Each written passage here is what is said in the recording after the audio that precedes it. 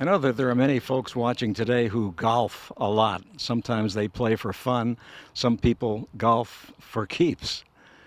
And we've also heard that golf is a metaphor of life. Every time we play, we learn something about ourselves. We're at the place here in Butler called All About Golf. It's in Mount Chestnut, just outside of Butler, learning about a program called The First Tee. The First Tee is a program to teach youngsters to play golf, but also to learn something about life. With us is the vice president of the First Tee of Pittsburgh, Eric Amato. Now, Eric, this is a nationwide program, isn't it? That is correct. There's 155 chapters. It's actually globally.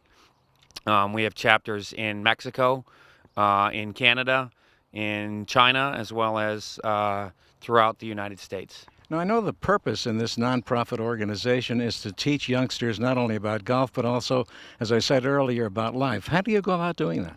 So the curriculum that was developed for the kids focuses on four main areas: interpersonal communication, self-management, goal setting, and resiliency skills. So while we're going over how to chip and putt and hit pitch shots and full swings, as they get older, the program develops to meet their needs both cognitively and physically. So when a parent assigns their youngster to this program, do they realize that it's not just golf? Do the kids realize they're going to learn more than just hitting a ball? No, I think that's the beauty of our program. Our coach philosophy really focuses on making it as fun and seamless as possible. So kids will be chipping water balloons or marshmallows and wondering what this has to do with golf, or throwing the ball overhand and underhand, but we can really get into how the game's played and creating a fun background to then introduce the concept of showing respect for the golf course or integrity while playing. How many kids are in your Pittsburgh program? Our Pittsburgh chapter has 1,800 registered kids, which come on a weekly basis, and then we work with about 25,000 kids in outreach in schools and other youth-serving agencies. Do the kids know about this just by talking with other friends? How does the family know about it? How does the youngster learn about this program to start with? That's a great question. So as we expand into different areas, Pittsburgh Public Schools a huge supporter, and we're in every Pittsburgh Public elementary school. And so that's the main way, in which is word of mouth. Moms and dads sign up. They're interested in golf. Some of the kids just say, hey, I want to play golf. And mom and dad look for a program, Google us, and we come up. Do they realize what they're learning? Do they realize what's happening to them rather than just learning how to play? At the end, they do. We just had a recent alum who came back, and he, looked back on his time with us and said, you know what, I don't think I would have been as prepared for college if I didn't understand what it meant what STAR meant, to stop, think, anticipate, and respond, both on and off the golf course, as he's dealing with his homework or dealing with his friends or dealing with just college life in general. So they learn about character, but now how much do they learn about playing the game of golf? Well, that's the core. That's what drives the bus. That's why they're here. So if they're not getting better, then they're not going to want to be part of the program. So every class that we have is generally about an hour and a half long, and they'll do at least three core components, whether it's putting, chipping, pitching, full swing, or on-course play. And we make sure all those things are focused on developing their game as well as developing their mind and body. Where do you start? What is it? Is the driving range part or the putting green? Where do you start the program? So we like to work backwards. So we like to start with the short game, putting and chipping, and then introduce yourself to the bigger components of the swing. If I can do it small, I can learn how to do it big. Well, some kids are better than others. Some kids are better athletes than others. Don't some get discouraged because they can't play as well as somebody else? Well, you mentioned earlier that golf's a great metaphor for life, and that's an appropriate way to sum it up. As we have kids that get it, and we tailor those skills to challenge them so they will understand what frustration will be like. And then there's kids that are going to struggle with some basic components. We try to meet the kids where they're at so they can develop at their pace, because this is a game they can play for the rest of their lives. But there are two elements here. One is playing golf, one is enriching one's character. If somebody's a great golfer but somehow doesn't follow the path of enriching his character, and otherwise other people who are not very good golfers and they just seem to learn a great deal about themselves. It looks like it's a two-way street. Exactly. And so if we can marry those things and they can be great golfers and great people, we've done our jobs. First and foremost, I think we're trying to create great people, and with those great people become golfers for life. So that allows them to take the skills both on and off the golf course. Eric, let's start from the beginning. How do you start with a youngster who's 5 years old coming into your program? So all our registration is done through our website at www.thefirstteepittsburgh.org. And the classes for 5 and 6 year olds are called Target. The classes for 7 through 9 year olds are called Player. And then they have different benchmarks that they have to reach to move into the next levels: Par, Birdie, Eagle, Ace. I like to call Ace as kind of like our graduate program. Individual projects for mostly juniors and seniors in high school. Now, every youngster can progress at the same level, at the same pace. How do you deal with that? So we've created sub-levels for kids that progress, and we do programming depending on the location. Here at All About Golf, we do programming 4 times a year. So it allows for kids that can only come in the spring, that they come in the spring and can move to the next level up within their program, or if they want to come every opportunity that they can, they'll have those opportunities within the facility and within the time frame. Well, with any sport, there's a great deal of competition. And obviously, some kids will come into the program who have lots of experience because of their father or mother who were great golfers and took them out on the golf course on a regular basis. Others almost start from scratch. How do you meld the two? Yeah, so it's a great opportunity. And think of it like school. Some kids are good at math and some kids struggle at math, and they're in the same classroom, and the teacher has to figure out the best ways that I can engage the student so they can progress at the pace that's important to them. So if we get a kid that's excelling in golf at a young age and gets it, we'll set up opportunities or practice things that'll be a little more tougher. We'll move the target farther away or make it smaller, as opposed to the kid that's just learning. Their target will be bigger or closer, so they can still challenge themselves. They can still be with their peers. Kids like to be with the kids their own age and have fun with kids their own age, and those opportunities are great to learn about how to challenge yourself, in an environment that's different and unique. Let's talk about measurement. It would be relatively easy to measure somebody's prowess with golf, but how do you measure the progress with character? That's a great question and a great point. So internal controls that we use to measure progress, we have assessments. At the end of each session, we have both things that we look for the kids to demonstrate, as well as we look for them to observe or exhibit. So we'll set up, simple tests to ask them questions about what respect means to them, or courtesy, or what are the 3 tips for having fun while playing golf. But then we'll set up on-course related things that we're observing how they do and what they do and how they carry themselves, both when they hit good shots and when they hit bad shots.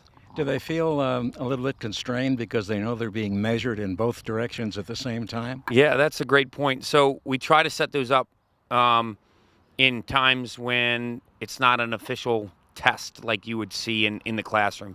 So each and every class, we just we're observing and looking for those traits and characteristics for them to exhibit and or demonstrate throughout the 7 weeks. And then it is important that you can do it when you're supposed to do it. You can answer the questions and you can putt or chip or do the skill when you're asked to do it, because you're going to be asked to do it in life as well. What about after they leave the program? Is there some kind of a alumni get-together periodically? That's really the next kind of steps for us organizationally and where we're growing. We've been part of Western PA since 2001, and I've been part of the organization since '08. We're starting to grow that alumni network. Actually, one of our coaches, the coach up here, Coach Rio, was one of the original participants in the First Tee program back in 2000, and she's the lead coach at this facility. So that's a really nice kind of way to wrap things in, and her daughter's a participant in the program. So if someone wants information, give us that website again. www.thefirstteepittsburgh.org. Eric, thanks very much. Thank you so much. Now let's learn some from others who are in the program. That'd be great. Let's find out about this operation, All About Golf, here in Mount Chestnut. The owner is Wade Orlowski. How did All About Golf get involved with the First Tee program? Well, I actually saw the First Tee program down in Knoxville, Tennessee, and I did some research and found that they were actually up here in Pittsburgh. It's a great organization. They link to Big Brothers Big Sisters, which I'm a big brother. So I wanted to bring them to All About Golf. So I contacted Eric, talked to them about the program, what they could do up here, and it was just a good match. When you bring the kids out here for the first time, they maybe have never played golf before. How do you start? Well, that's all about the First Tee program. They start from the very basics, little swings. They build up to a full swing. It's a great program, and they just don't do swing development. They also do life development. Do the kids kind of let you know along the way how they're enjoying it or not enjoying the program? We try. I try to ask the parents actually how the kids are enjoying it, and try to get feedback from them mostly. And interaction with the kids here and there, but not too much. When you talk about starting somebody to play golf who've never had a club in their hand before, isn't that a difficult process? Because the golf swing itself is an amazing scientific feat. Yes, it is a scientific feat, but they take a little bits and pieces, and they build on those bits and pieces. They start with little quarter swings, they build up the halves, they build up the full, they go with chipping, putting, and they just start small and keep on going bigger. What kind of reaction do you get from the parents whose children are in this program? Oh, they love it. They love it. It's like I said before, it's a mentoring program also. So they just don't learn about golf. They learn about sportsmanship. They learn about life. They learn about responsibility. So they build throughout the whole program. Wade, how long have you had this facility here? I took over this facility back in August 2013. Took it over from? Actually, from my father. He owned it for 20 or actually 30 years, and this facility has actually been here for over 40 years. Now, this used to be just a driving range. What is it now? It is a true practice facility. We have a 9-hole golf course, practice course. We have bunkers that people can actually practice out of. We have a grass hitting area, a huge grass hitting area. We have all-weather hitting bays, so you can practice any time of year, whether it's raining or snowing or just blistering sun. We have covered bays that people can hit anytime. How many kids are in the program here? I think there's between 18 and 20 right now. It fluctuates each time, but we started out with 6, so that's a year and a half ago, so that's a big improvement. Wade, thanks for having us out. We want to find out some more about your facility, and we'll do that right now. Yes, you can go to allaboutgolfpa.com to learn more. Jenni Berger is the marketing manager here at All About Golf here in Mount Chestnut.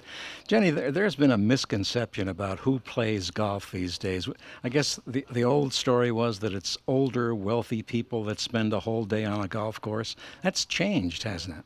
It really has changed, and don't get me wrong, we certainly welcome those people here as well. But what's nice about All About Golf is that we have created a different type of facility where golf welcomes everyone, anyone from the child to a woman to other men, just people in general who'd like to learn the sport. They really have an opportunity here to explore, to practice. Of course, the problem is somebody has to learn how to play. That's not easy. Are there some people out here who can help them? Sure. We actually have a really nice coaching staff. We have a coaching staff of 3 people currently. One is a PGA pro, and then 2 others are just, I don't have a word for them. They give lessons. So we have 3 people here that can give lessons currently, and from the beginner to the more advanced golfer, somebody that really wants to learn the sport, all the way up to somebody who really maybe they feel they've mastered it, but they're working on a few things here and there, and they just kind of want to fine tune. Golf is not easy. It takes a lot of coordination mentally and physically. How do you work through that problem? You know, there's, I think, lots of different ways to work through challenges with any kind of sport. With golf, it's a lot of patience. What's great, here we offer several juniors programs, so from a young age you can get right in practicing, whether it's with the First Tee program or the PGA Junior League. So you have an opportunity here to start young when you're more malleable, when your mind is a little bit more open, and you can really start to build those skills and build that confidence right from the get-go. So as you get older, it's not so scary. Let's talk about about the pro shop. This looks like a pretty big facility for the size of the entire operation. Tell us what you have here. Yeah, this pro shop is amazing. It's about 2,000 square feet, and I just call it a golf lover's heaven. You can find anything here that you want. You can find if you can find it online, chances are you can find it in the store. And what's great is that it's a sort of community family type store. So people don't necessarily want to go online and buy stuff. They'd rather come here and see Ken, who has owned the store for a long time, for more than 15 years. It's part of our new facility, which is this almost 4,000 square foot building that has 8 all-weather hitting bays, so you can hit balls all year round. So people come here, they get to test out new drivers, what's new, what's hot. They can go and actually play or practice right in our all-weather hitting bays. Now, some people want new equipment, realize they need new equipment because they're not doing so well on the equipment they have. How do they know what to buy? Because the choices are so large here. Yeah, it's a little bit mind-boggling, but Ken, who owns the shop, he's an expert. He knows everything inside and out, and so if he's not here, we also have other staff that work here that are very knowledgeable about the products, and so you're always going to find somebody when you walk into the shop that knows what they're talking about and can really get you the best product for you. How does All About Golf reach new people? At All About Golf, we have discovered that our biggest demographic is most likely reached via social media. We do a lot of promotion via Facebook and Instagram. We do some radio advertising. We do some TV advertising. We post flyers, a lot of word of mouth. Honestly, people, they drive up and down the road and they come here, maybe not for the first time, maybe for the first time. And once they find out about it, they tell their friends, they tell their family. And again, it's a family place. So when one part of the family member comes, typically they go home and say, honey, you can come too, and you can come too, and it just becomes this whole family operation. So it sort of builds organically that way. We want to talk with a student in the First Tee program, so let's do that next. Jenny, thanks very much. Thank you so much. It was such a pleasure. Let's talk with one of the students here at the First Tee. Garrett Weston is a 12-year-old. Garrett, you've been playing golf for some time, haven't you? Yeah, I've been playing since I was 10, but I got into this golf school when I was about 11. This is called the First Tee, and I know that you started a program a little bit later than some others. Did you have to catch up in some way? Not necessarily. It's really open to any age almost. I strongly recommend it. It's a lot of fun. How do they teach you? You didn't know much about golf or anything when you first came here. I actually did not know barely anything. I couldn't hold the club right. I couldn't make a full swing. I couldn't putt. I used a putter as a driver. I didn't even know what a driver was called. So this definitely taught me a lot. When they started teaching you, what iron or what club did they start you with? They actually started me with a starter club. It's the actual grip and shaft of a normal club, but it's got like a plastic head on it, and it's made for hitting tennis balls. But that was on the second day. On the first day, we worked on hand-eye coordination by throwing a golf ball around and just working on the hand-eye coordination. It was a lot of fun. Was it hard for you to learn that process? It came pretty easily. I mean, there was some challenges to it, but it was all pretty easy.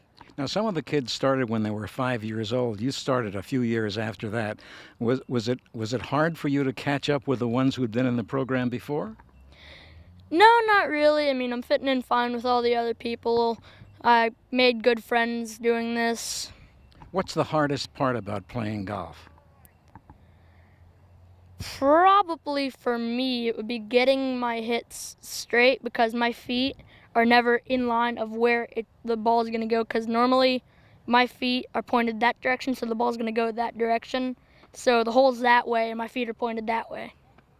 And that's always my problem. Now, at what stage do you think you'll be in a couple of years from now?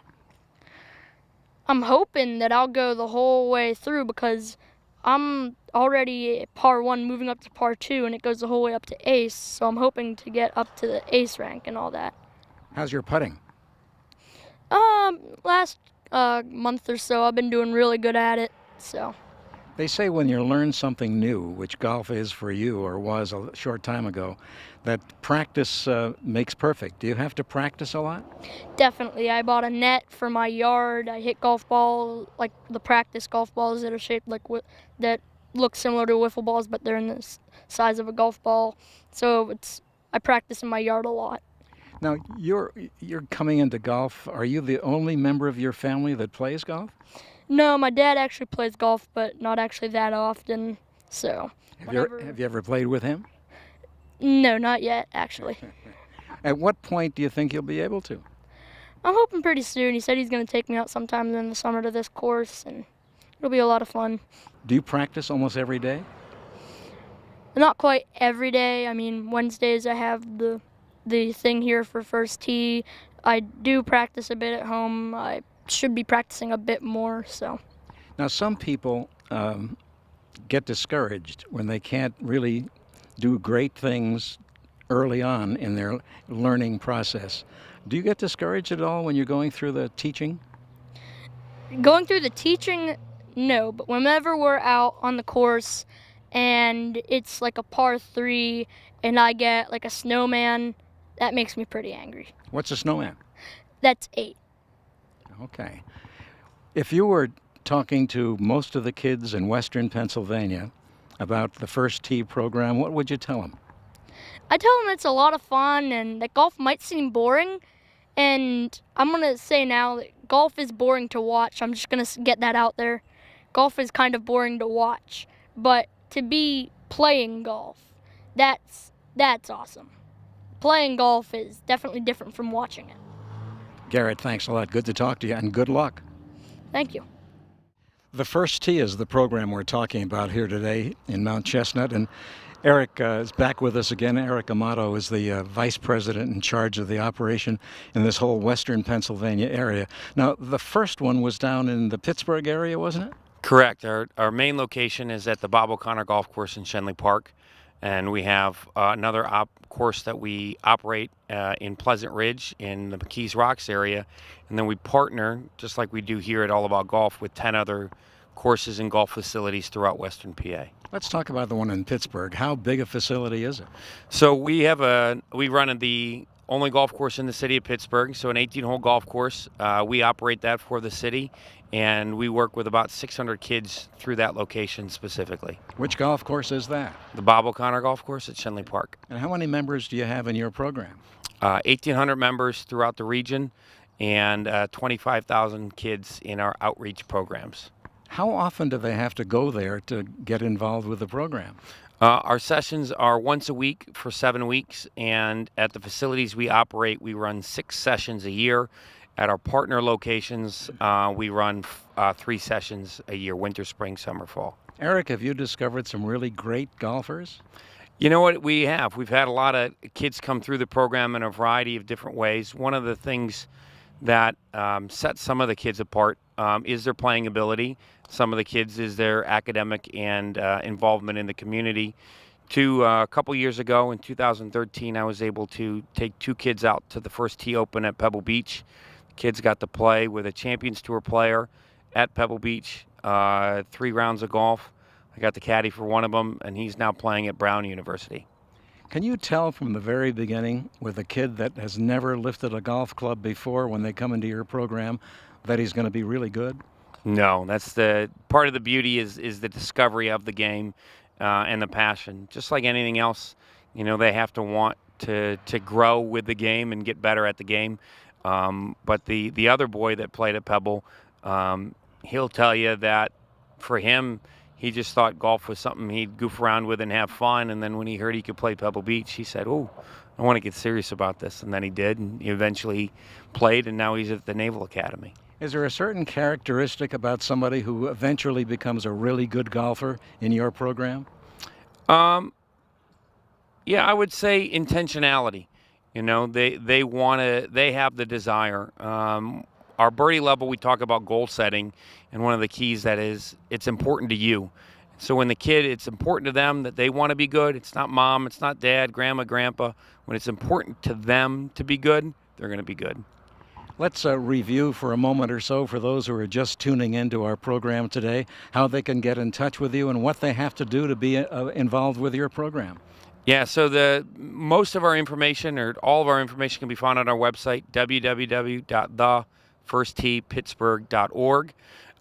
You can find out about not only getting your child involved or grandchild involved, you can find out about volunteering for the organization, and also find out about the different events that we do to help support the organization, or just donate to the organization as well.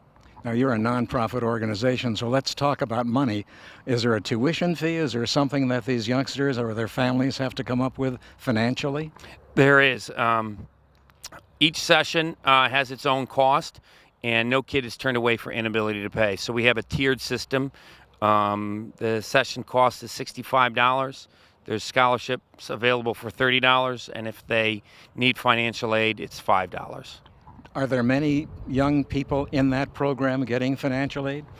Well, technically, every person in our program is getting financial aid. The cost for us to operate and utilize the facilities and the equipment and everything that we do is subsidized. But for the kids or the families asking for financial aid or a scholarship, it's probably about 25 to 35%.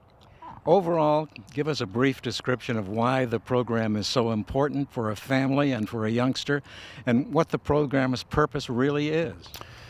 The purpose of the program is to have kids get involved in a sport they can play for life, learn skills that they can use on and off the golf course. It's important because it allows them to develop at a pace that's appropriate for them and learn a game that they're going to play the rest of their lives. Eric, thanks very much. Hey, thank you so much. It's called The First Tee, and we're up here at All About Golf in Mount Chestnut, talking about golfers today and golfers of the future who learn something more than golf. They learn something about themselves and about life. I'm Larry Berg. We'll see you next time on Faces and Places.